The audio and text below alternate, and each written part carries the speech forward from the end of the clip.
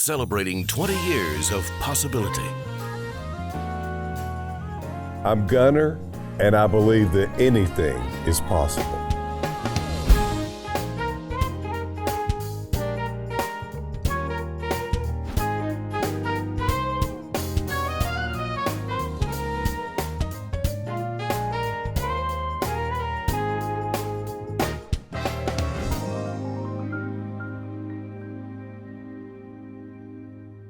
Welcome to Anything is Possible.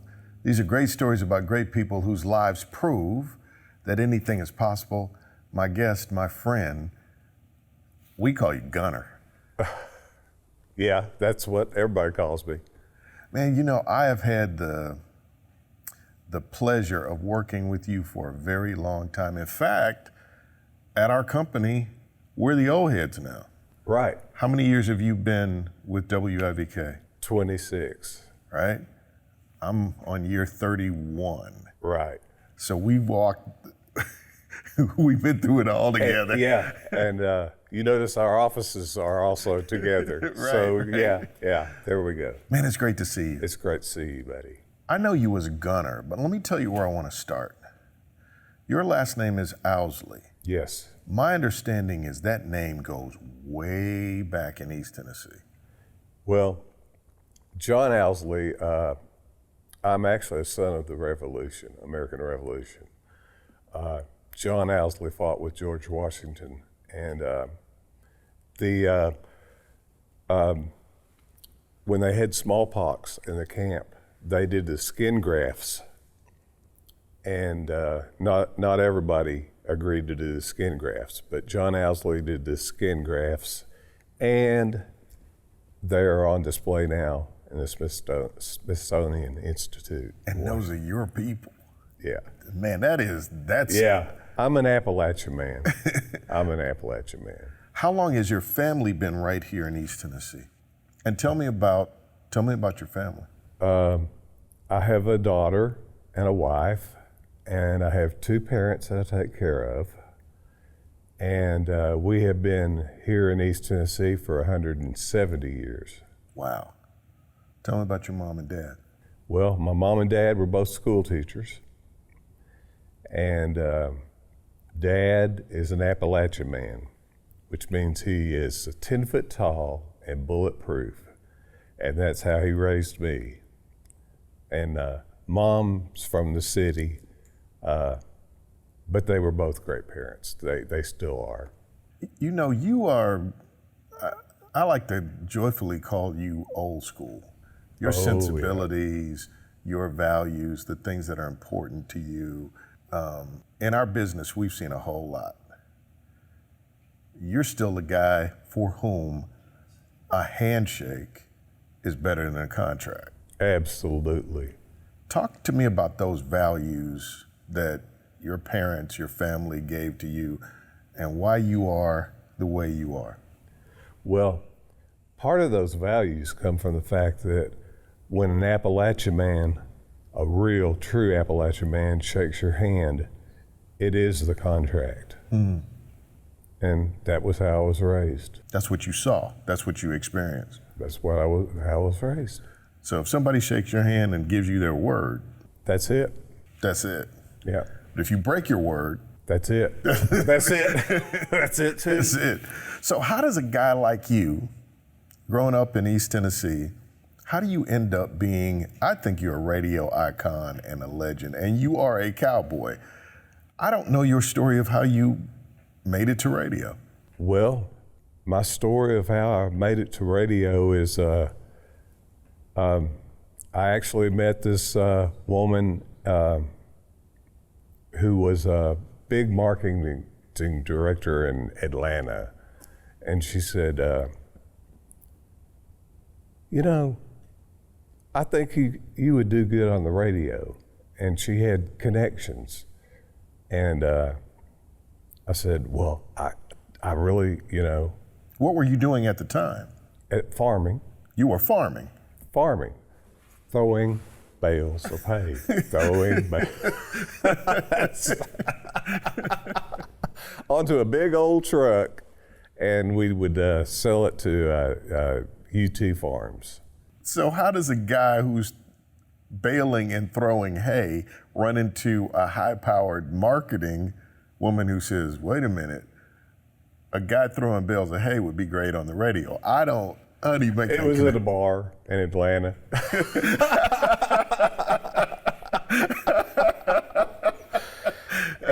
and then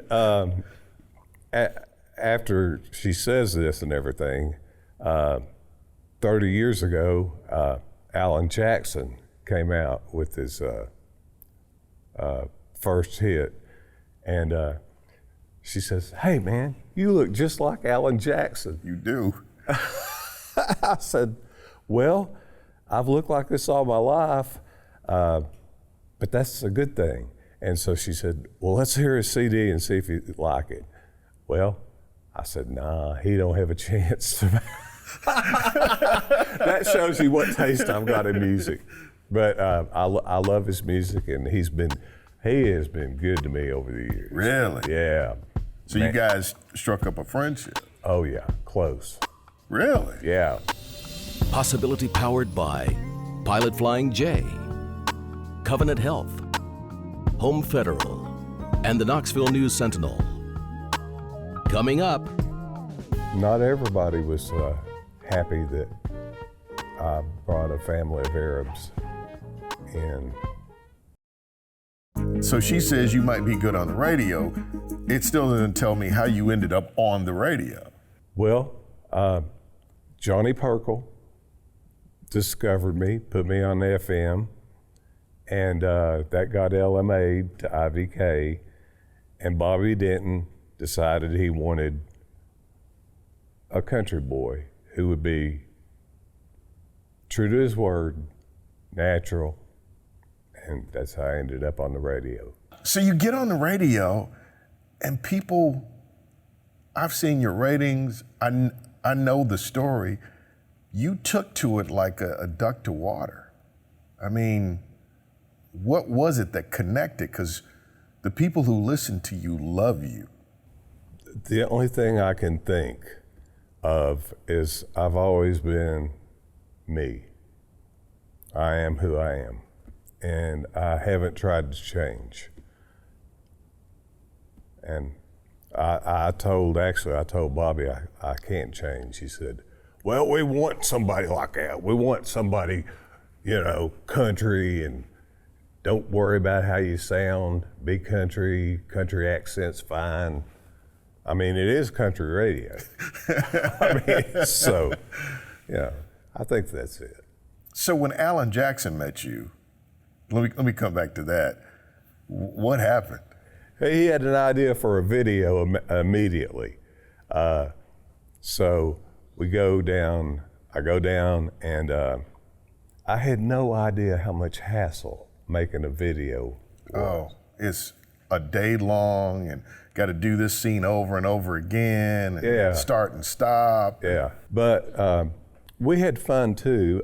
We got to audition 200 models for 2 spots as dancers, so that wasn't too bad. I kind of enjoyed that. And I stayed at his house, and with Denise, who's a sweetheart. Alan doesn't talk much, but neither do you. When you're not on the radio, like you're one of one. You come in, you're always gonna go say hey to Chris Marion. Yeah, that's the first thing I do. You're gonna say hey to Chris Marion, but you go in and you do your thing, and you. Right. Why is that? PTSD. Really? Yeah. Did you serve? No, I developed it at a young age. What happened? I really would rather not get into that. But it's real. It's real. How does it manifest? It manifests in you always want adrenaline. You always want adrenaline.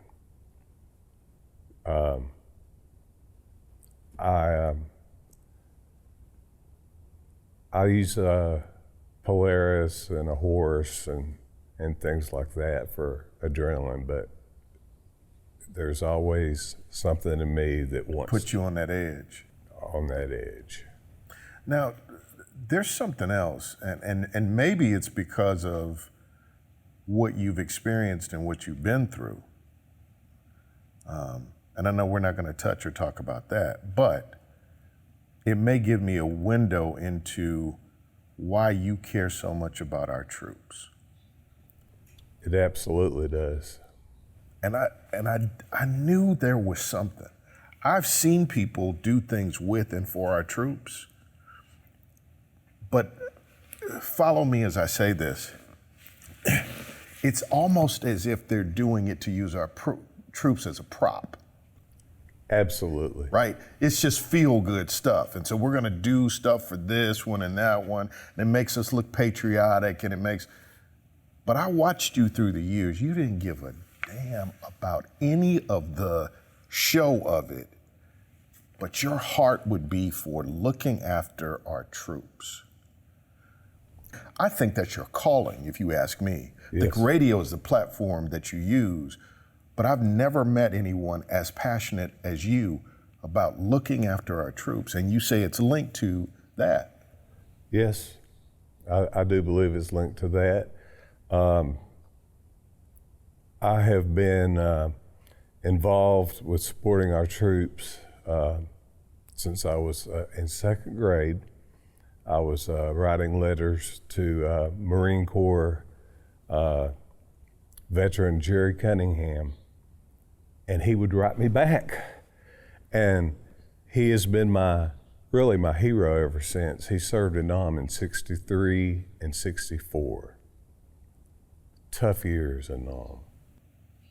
And so to this day, you're always, I know you go, you broadcast, you give. There are probably all sorts of things that I have no idea about.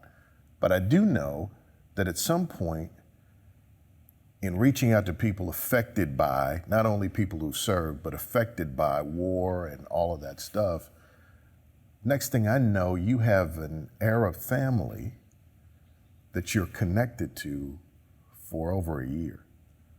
Tell me that story. Well, I was doing a broadcast with the 278th Armored Cavalry Regiment, and Captain Sharber comes on the radio and said, I have a plea to local churches or anyone that can help me out.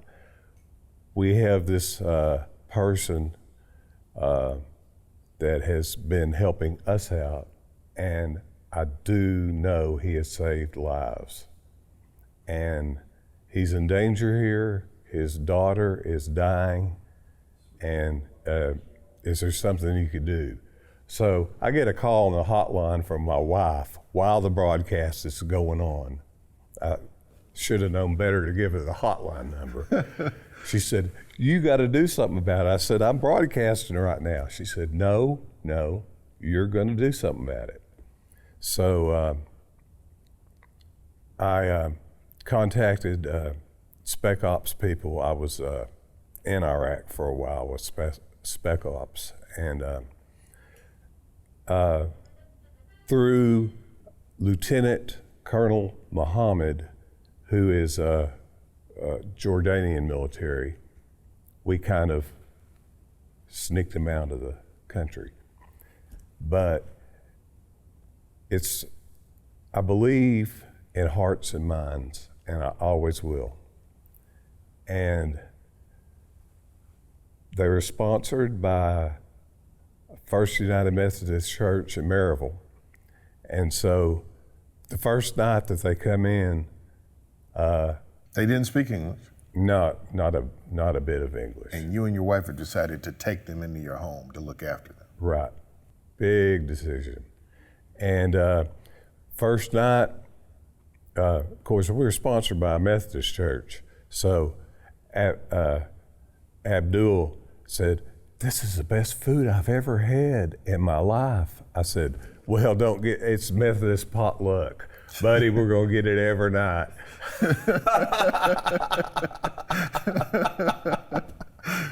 So they spend a year with you? Yeah. Put a prayer rug in one room, and where they slept. And there were other changes, but the trust I put into Abdullah, I mean, he considers me his brother now. And then about shortly in, I've got so many people to thank. All these SUVs pulled up in the driveway. I said, Abdul, we're in trouble now. I said, I don't know what jail we're going to, but it ain't gonna be pretty. But they were there to put in a satellite so they could get Arabic TV. I've still got that satellite. I still watch Arabic TV. You know what their favorite show is? What? Bonanza. So here you are, a cowboy living on 500 acres, and he's living what he sees on TV. Man, Gunner, don't you wish the whole world could do that? Yes. I mean, I've got so many people to thank. I want to thank Children's Hospital. They treated this little girl through a 12-hour operation. And they said, we're going to do our best, but we can't guarantee she's got over 50% chance because she had spina bifida. And they had been treating her by laying her out in the sun, thinking that would work with spina bifida. She had a huge hole in her back. And Children's Hospital, they were amazing. They did everything pro bono, did not charge a penny, and they were in it. And folks from the 278th showed up when she had her operation, and we were all kind of sweating it out. And she turned out fine. And she is now working for a college. Wow.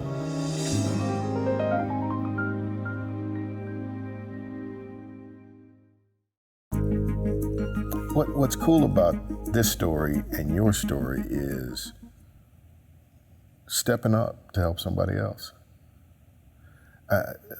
Through the years of knowing you, working with you, I noticed something about you.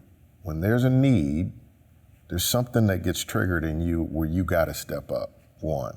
2, you hate to see anybody taken advantage of. Right. You and Chris Marion, if you guys see that somebody's being taken advantage of, we're on them. Yeah, I have that side of me where I can get a little, but yeah, Chris is great. This was not on my own. I had all kinds of help. Like I said, I got Methodist potluck for a whole year. I mean, who does that? Come on. You do. I do. But I think it speaks to how you're wired as a human being and the fact that you've been able to leverage the pain of whatever it was you went through to turn it into purpose, right? Right. I see it. I didn't know what it was, Gunner. I didn't know. You're not a typical kind of guy. No, I'm not typical, and not everybody was happy that I brought a family of Arabs in, but I don't care. That matter to me. Love is what matters to you. Right is what matters. Right is what matters to you. That you said he raised you to be Appalachian man, which is, well, it's another term for hillbilly. But strong, tough, yeah. Man of your word, protector, provider, loyal, friend, and you see the possibility in people. Yes. I think you've had a distinguished career doing that. What's next for you? What have you wanted to do that you haven't done? I want to live off the grid. How close are you? Fairly close. They told me, I remember one time we were at the radio station and somebody walked up to you and said, "Did you get my email?" And you said, "I don't do that." Do you remember that? Yeah. Well, neither does Chris. Come on. I mean, how many has he got? He's got more build-up than I do. I thought I had the record. No, I might have the record. You got the record. I may have the record. But the other side of that is, if somebody asks you to do something, It's done. it's done. And I think that's what makes you an incredible story of possibility. And carrying on your family's name all these years and loving the way you love, I think is a beautiful thing. Thank you, Hal. And I'm really honored and glad to call you friend. I really look up to you. I look up to you because you said something in this interview. You said, and I love it, you said, "I've always been myself." And I'm good with that. And just watching you be yourself has helped me find the courage to be myself. So thank you for that. Wow. That's powerful. It's true. Thank you for being on Anything Is Possible. Thank you, Hal.